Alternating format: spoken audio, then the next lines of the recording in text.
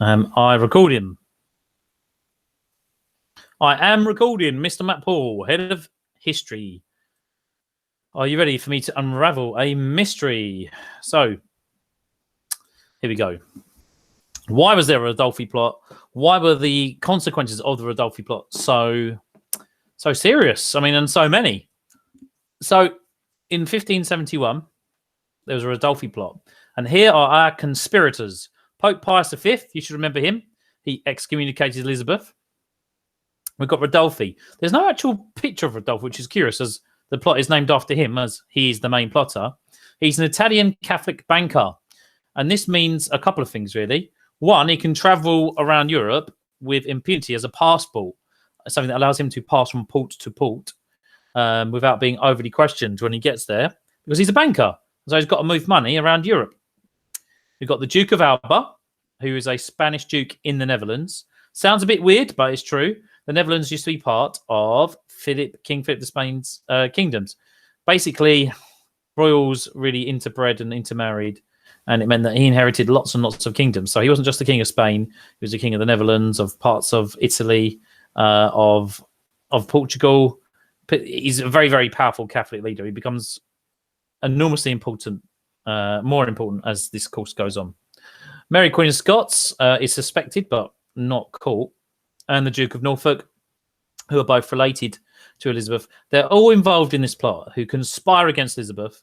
And all of the plots that we're going to look at, the Ridolfi, Throckmorton, and Babington plots, they have one thing in common, and it's that Catholics basically want to remove a Protestant queen, i.e. Elizabeth, from the throne and replace her with Mary, Queen of Scots. So, you know, if you want to remember, that's an easy way just to remember all of those plots there.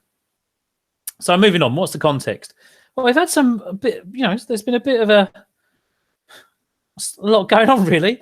I'll say a lot going on. So in 1568, Mary, Queen of Scots arrives to England. She's put under house arrest, but she becomes a figurehead for revolts. And lo and behold, in 1569, we got the revolt of the Northern Earls. Of course, we've got the Earl of Northumberland and the Earl of Westmoreland, who both had to run away because it failed. Obviously, it failed. Otherwise, Queen Elizabeth I wouldn't really be that well remembered. Just be this little bookend of history. Like in a 10, 11-year queen. Obviously, it fails, this Catholic uprising. Pope Pius V then excommunicates Elizabeth, putting a death sentence, or as I said last time, an attempted death sentence on her back. This is why in this slide here, I said that she's a target. She is a target. She's quite vulnerable at this time because of all this Catholic plotting against her to replace her with Mary, Queen of Scots. So we've had these big few years. Now we've got another event. So 1568, 1569, 1570. It's now 1571. And what's going to happen? Well, it's a Ridolfi plot.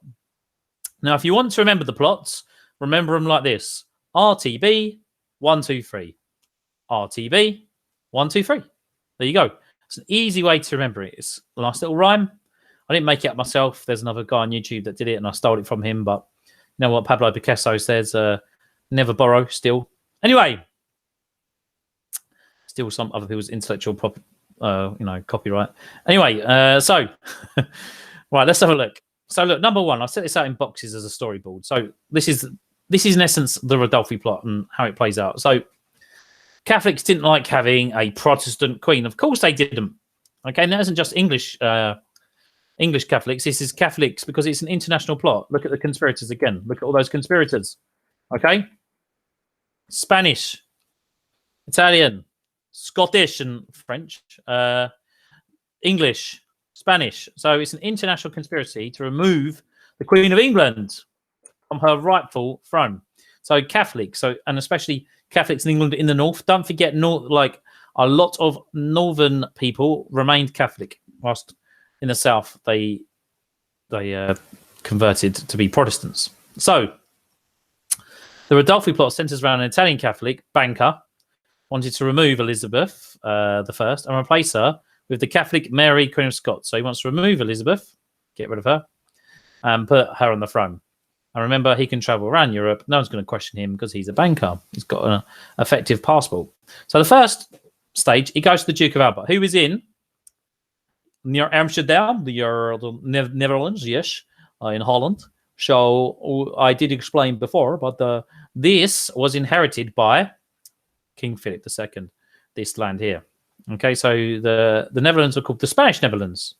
This becomes important again later in the course. There's a lot to go through, but in essence, there'll be a Protestant uprising in that area later, and Elizabeth will back it. But anyway, so the Duke of Alba is there with an army. He's got 10,000 troops there.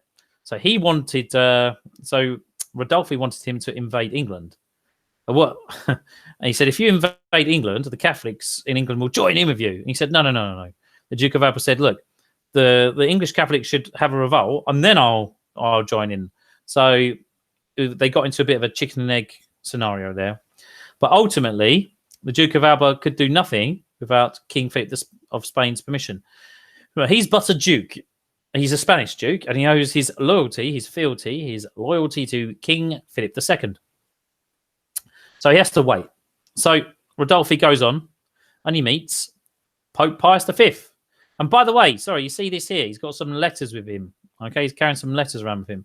These letters are from Mary Queen of Scots and the Duke of Norfolk.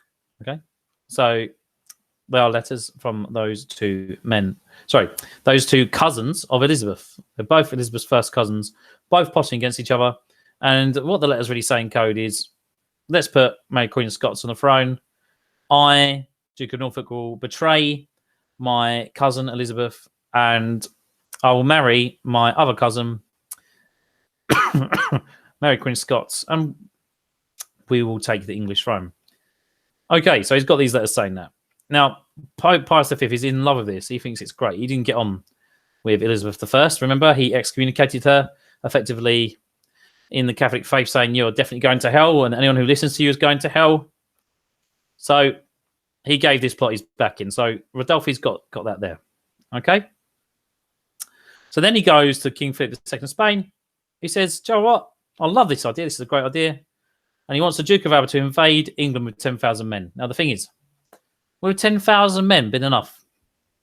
Would it have been a large enough army? Don't forget that the English could raise an army of 18,000 against the Northern Revolt. So there's, would it have been enough? I'm not certain. And remember, they've got to land. They've got very hard to take men from the sea to land. It's called an amphibious landing. Very tricky. You'd lose a lot of men like that. So was this plot just all airy-fairy ideas? And the thing is, one of the major weaknesses of this plot is that Ridolfi had a massive mouth. He kept on telling everyone about the plot. Hey, I've got the plot about Elizabeth. He was such a useless spy. Some historians, but not all, some historians think he was a double agent being used to expose the Duke of Norfolk here. Okay, now let's talk about spies, because William Cecil cracked this plot with his surveillance of the Duke of Norfolk. Now I'm going to let you know something about the Duke of Norfolk. In the revolt of the Northern Earls, the Duke of Norfolk was basically involved, and Elizabeth forgave him. Why she forgave him, I don't know. But the men around her thought she had a soft heart of a woman. That was a patriarchal view of the time. And so they were watching him. They're going to see if he was going to slip up. And he was being watched. And so these letters, he had copies of these letters in his house. And he told his servants to burn them. But they didn't. And so William Cecil sent some men to Norfolk's house and said to the servants, either you give us all the information you have on Norfolk, or we will torture you. Well, I don't know about you, but I don't really want a big, sharp knife up my bottom, or chopping my fingers off, or a hot poker in my ear or in my tongue. So I would have given him the information. I would have snaked him up. And he did get snaked up. And he got arrested for treason. And he was executed in 1572 at Tower Hill. So, in essence, not a really great outcome for the Duke of Norfolk. And in essence, absolutely, this plot failed. And it failed for many, many reasons. So let's look at the first consequence. A consequence of this plot is that Elizabeth became friendly with France, almost culminating in a marriage to a man 20 years younger than her, the Duke of Anjou. She called him the Frog. She had obviously had a very strong flirt game. But if you think about it, it makes sense that she becomes friendly with France because these Spanish powerful men are plotting against her. So if you could become powerful, this is how Elizabeth, although she never got married, she used her womanhood to secure better relations with other countries. Now, she couldn't, you can only get married once, but if you never get married, you keep on flirting to get married, you can create better terms with other countries by doing so. So that's what she attempted with the French. So she became more friendly with France. She also came to treat Catholics more harshly, yeah? So she increased the fines in 1581 for recusants from 1 shilling to £20, which was a lot of money. It would have absolutely bankrupted Catholics refusing to go to services, Church of England services. But what happened was that the man of the house would go to a Church of England service and he'd leave his family at home. And they would have secret services in these things called priest holes. That's what rich Catholics would do. So by putting the fine up from 1 shilling of money, so Elizabeth more harsh with Catholics. An example of this is that any Catholics trying to convert Protestants was seen as an act of treason. They were put to death. And also, anyone saying that Elizabeth wasn't the rightful queen, if someone said that in public, oh, she's not the rightful queen, she's a bastard queen, like some would say in the North, she's an illegitimate queen because she was born to Anne Boleyn, it was a second marriage, and Anne Boleyn was herself a devil worshipper, etc., etc., etc., they would be executed. So she got a lot harder on Catholics. Another consequence was for her first cousin once removed, and that was Mary Queen of Scots. And she lost some of her freedoms. Okay, that's not good. So she had been under quite a nice house arrest scenario. I know it sounds odd, but she was in a golden prison before, and she was moved and put into a less splendorous castle with fewer indulgences granted to her. Really, she should have been executed because they had some proof that she had been involved in the Ridolfi Plot. But Elizabeth was scared to do so because it could provoke a massive response. Don't forget, Mary Queen of Scots is just as much of a queen as Elizabeth was. Okay? And don't forget that Mary Queen of Scots has a huge claim to the succession after Elizabeth dies. So her execution, if Elizabeth is going to do it, Elizabeth has to have to either run out of patience, as she does in 1587, or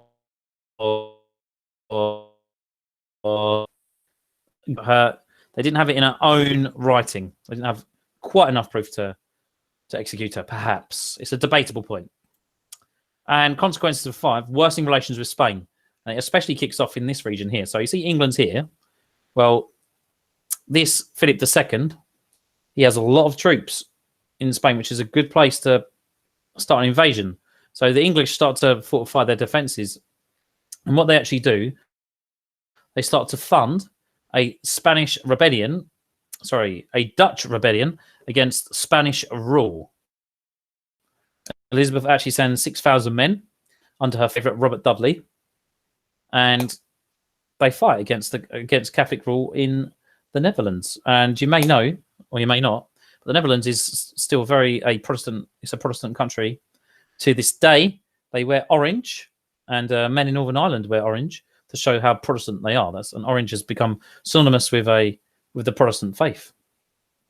Very odd, but true, because of William of Orange. But anyway, I'm going down a massive rabbit hole of history there. But look, we've got some enormous consequences. So for a plot that was never hatched, that was never successful, it has all of these consequences. It's a very, very interesting period of history. Is the Ridolfi Plot. So why was there a Ridolfi Plot? There was a Ridolfi Plot because there was a huge international Catholic conspiracy, and there was enough desire to want to rid Elizabeth from her throne. But he was executed very, very poorly. And that is the end of today's lesson. So I'm going to stop recording here. Right, and here, and here. See you next week.